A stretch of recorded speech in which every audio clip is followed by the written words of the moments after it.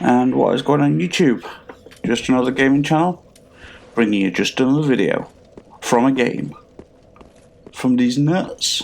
Nah, I can't do it anymore. I've done it too many times, damn it. Look at this view, eh? High Wall of Lothric, I think we're going to. Or no, we've just done that bit. But look at this, just have a quick look at this view. Sorry I've not uploaded any Dark Souls videos recently.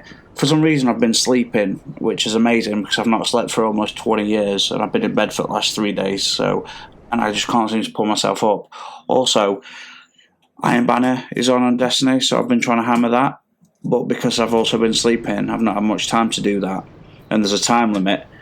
I've recorded about probably 12 40-minute sets of Dark Souls. I've done about 50 hours on this game, which is for any Dark Souls players, you know, that's absolutely nothing. I've barely touched it because I'm on this time limit with Destiny, and then I've only put like a couple of hours in a day on that because I'm so tired.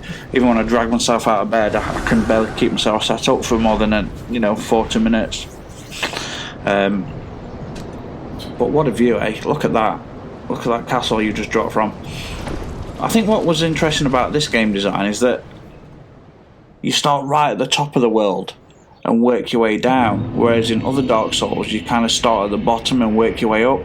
Now I would have preferred working my way up just because the grandeur of getting to the top and seeing the world is epic because you've made that journey through all the Dark Souls games. In saying that though, starting off right at the top of the world is also unbelievably epic.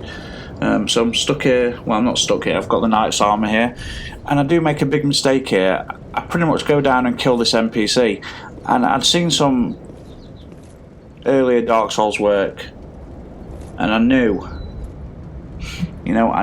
for a fact that this guy was an NPC. But I didn't realise it was that NPC. I knew the enemy type, but I didn't realise it was that NPC until I'd actually killed him. And the only reason I killed him is because he was like, please kill me now. And I'm like, okay, this is going to activate his questline.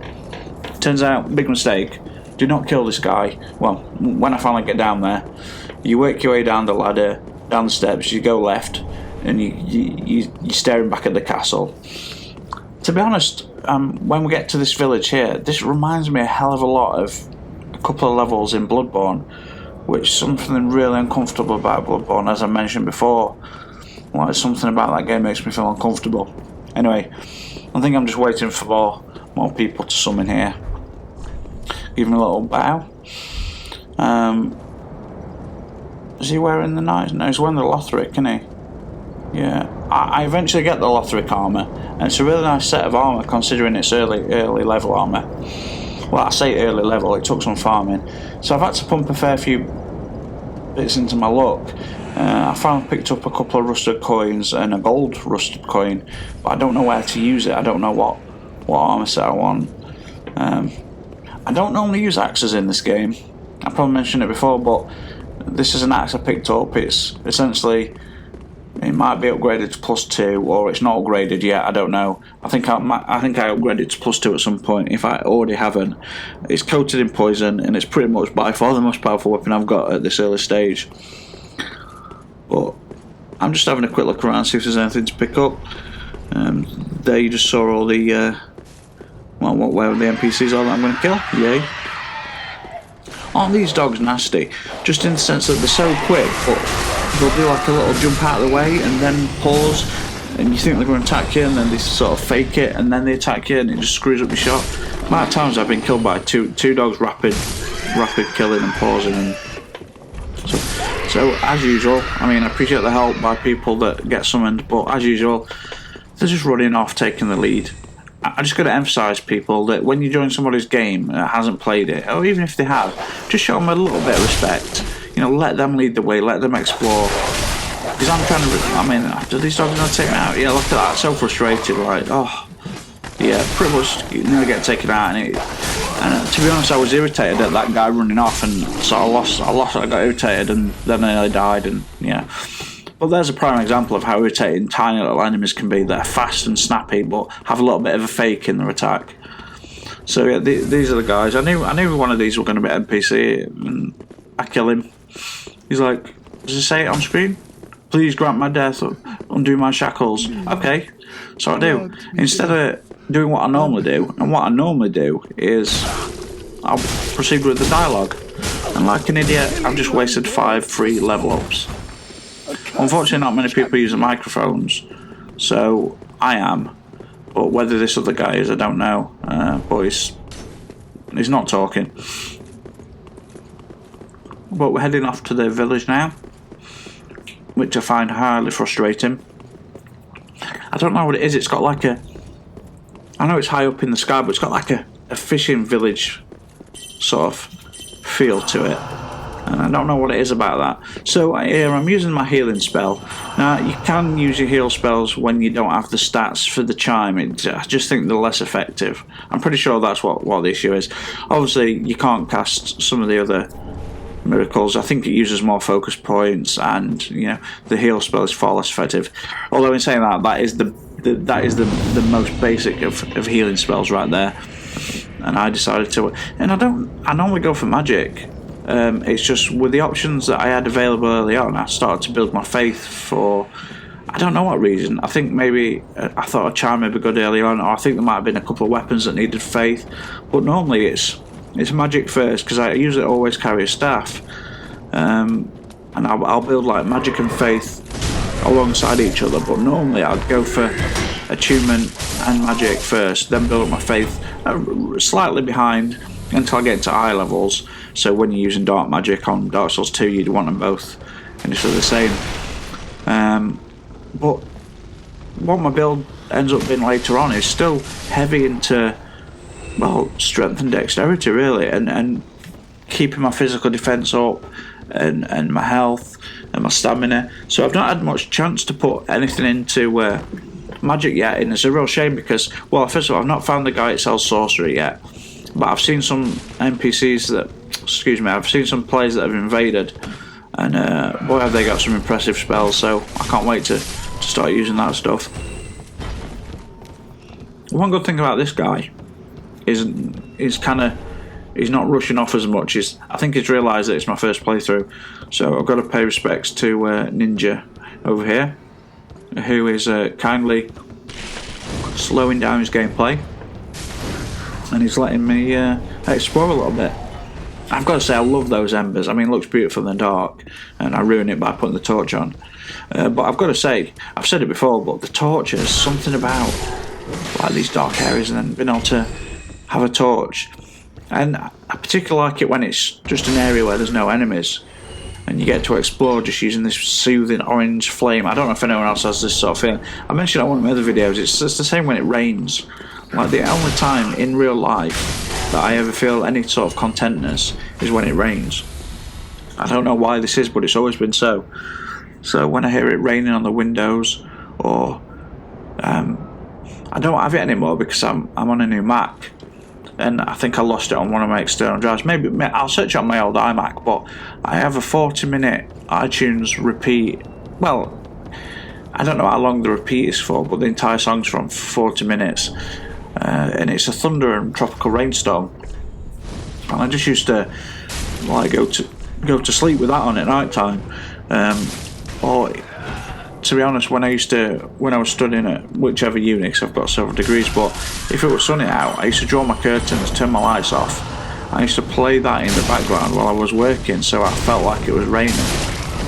But hearing those heavy raindrops and the water and the thunder and the lightning, it just, okay, you can't hear lightning. Well, actually, you can hear lightning. You can hear the crackle of the electricity as well as hearing the thunder. So yeah, of course you can hear lightning. So these guys aren't particularly annoying. There's just a lot of them. I mean, don't get me wrong, they've got a long reach on that pole if you're not careful. A couple of them can, a couple of quick jabs, and at these low levels, yeah, they can be a little bit frustrating at times, but no big challenge. I think the real problem with these areas is, that big mama, the big woman that we just took out. Like her enemy type's annoying because, well, she's got spells which can be a little bit irritating, but she's got a weapon that's got a hell of a lot of stagger potential, and if you don't have high poise, Well, literally, it can whip my stamina down in one shot. As you'll see later, if you were, I wasn't paying attention when I just fought it then. But if you did see it, then you'll see the amount of staggers you can do. For those that are watching this and haven't played it, it's probably not many of you. I'm guessing most people that watch this video will have already played it, so you know what I'm talking about. So it's always interesting trying to record these videos. Of course, I'm a channel that's just started, and I've said I've not really promoted myself. I've mentioned it to a couple of people that I know, but I've not gone onto any sites asking for subs. I'm just not that sort of guy, which means that I don't have many subs. You know, it is about the social networking, which is something I've never been very good at, because I honestly don't want to be that guy. You know, because there's millions of people like that, and just constantly been pestered by people wanting subs, and you know, I mean, it's not a big deal to sub to somebody, but when you get pestered enough by enough people, it just puts you off. So if people want to sub, that'd be awesome. If you want to comment, I'm happy to have conversations with you. If you want to like a video or dislike it, that's absolutely fine too. I've got to get myself back into Dark Souls 3. Like I said, I think I've got about 50 hours played. I've probably got between 10 and 14 recordings at the moment. Some are repeats, some are longer. I never know what kind of length recordings to do, because I enjoy watching like a German Spy and Epic Name Bros. They do roughly hour-long videos, 40 minutes to an hour long each session on Dark Souls, that they've done throughout the entire one series: Dark Souls 1, Demon Souls, Dark Souls 2, and Bloodborne. And I enjoy those video lengths, because sometimes I just like to lay in bed and watch YouTube channels, like watch full series of things. They would pick up the Warrior of Sunlight Covenant sigil, so that's where it is if nobody knows by now. It's in that room somewhere on a body. Pick that up, and I didn't know how to activate it just yet, I don't think. But essentially there's a spare slot in your inventory. You go into that, select it, it brings up your sigils, and you can enter whichever sigil you've collected so far. Now, some don't have sigils, some you don't pick up. I mean, they all have sigils, but some you don't get the sigil off a body. You'll have to find the Covenant, the statue, or whatever, and pray to it, or talk to an NPC. So I'm just trying to heal us both here. Not doing a very good job of it. No, I keep forgetting that I can't heal us both, because it's the very basic one, and it doesn't heal teammates. So yeah.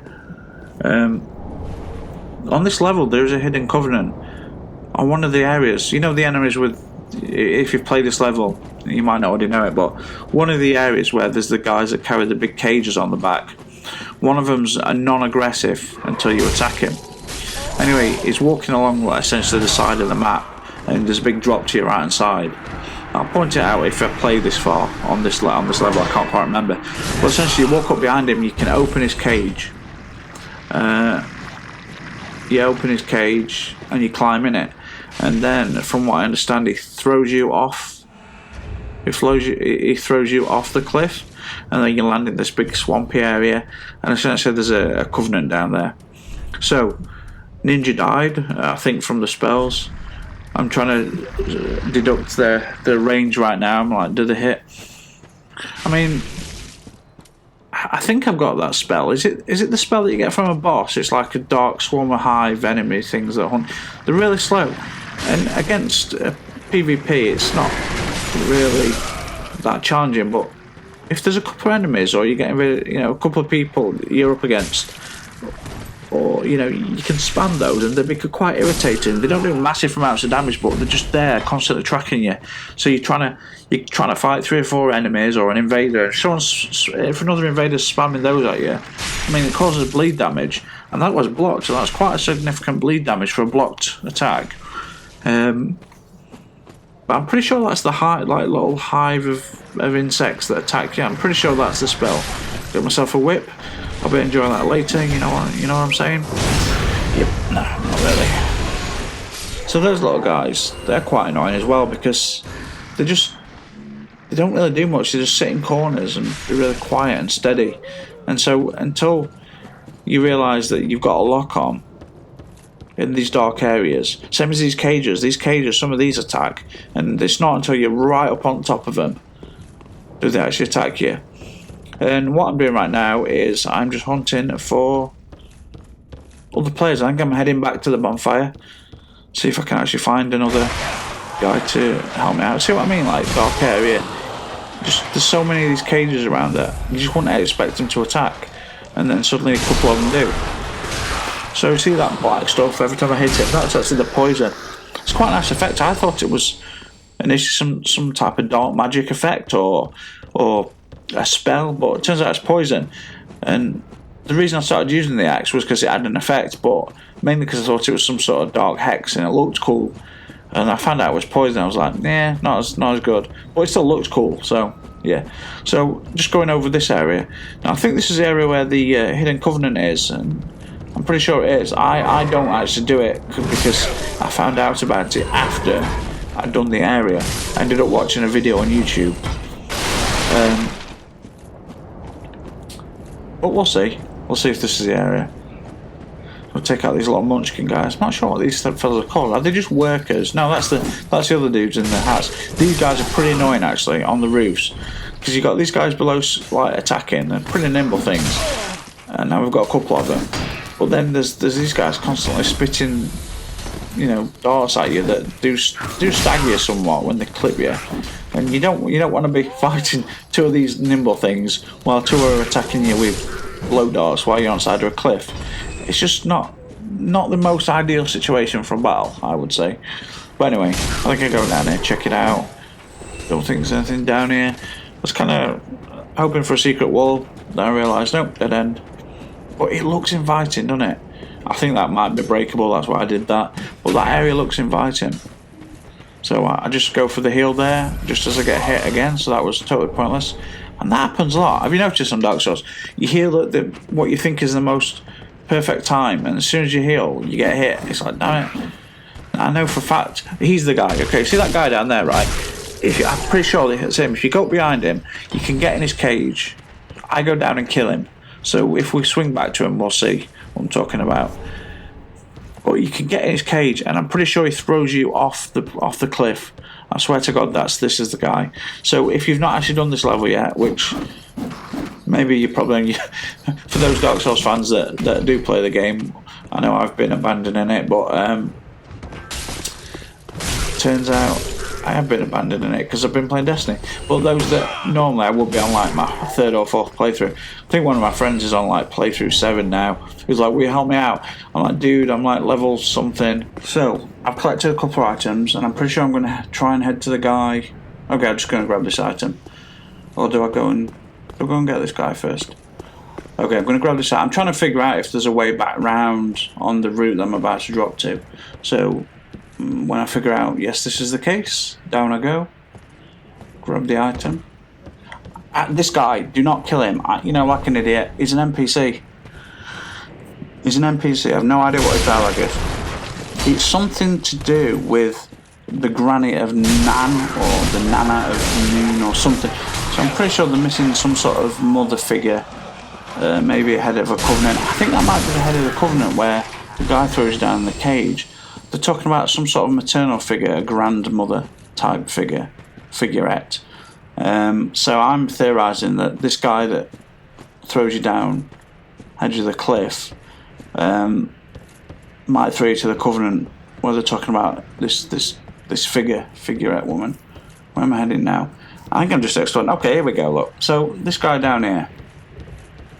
Just have a quick look, make sure it's safe to drop, make sure I'm not going to come off. I'm overly cautious when I'm playing on my own. It is a new game, you know what it's like. Try the door, nothing there. So, this guy, I'm pretty sure when he's not now, I'm pretty sure you go up to this guy, you can get in his cage, like an idiot, I firebomb him. And he will toss you down off the edge. I'm sure this is the guy. If it's not, I apologise, but I swear to God, I'm right on this. I remember watching the video, and I swear to God, this looks exactly like the area. But they've got a couple of they move fast for fellas there, so I was only, ooh, I'm nearly dead. Come on, go for the shot, come on. Ooh, I thought we were gonna do one more hit then. Yeah, so he puts you in that cage, throws you off the side, and there's a covenant down there. Now this is what now I realise, well, two issues. I keep forgetting that when you lose an item, you can load the game, quit and load back up, and it'll respawn. So I dropped this down there. I'm like, how the hell do I go and get that? And it's because the guy throws you off the side. So whatever that item is, if anyone's actually done it, please let me know. Feel free. And I know YouTube is a, you see all these YouTubers with like hundreds of thousands of subs, but most of them, in fact all of them, have pretty much been doing it for years with no subs. You pretty much spend the first 2 to 3 years doing it without subs. I mean, I'm sure I could get subs a lot faster. First of all, I could put more effort into editing, into the sound. I could write a dialogue and a topic. I probably mentioned it before, but part of my profession is that I've spent many years as a university lecturer, and I think I'm pretty good at projecting my voice. Now, I know it sounds totally different over the microphone than I do in real life. Like how I sound on YouTube, to me, is drastically different. But I know I have that capacity to edit my writing. I can write a dialogue. I can have a plot line. I can make points. I don't have to use proto-language. And by proto-language, I'm, which is naturally the ums and ahs. I don't ordinarily do that because when I do a lecture, say it's an hour long, an hour's worth of talking would have probably been 24 hours worth of working just on the content of speech itself. And for an hour long lecture, we're talking about a week's worth of work.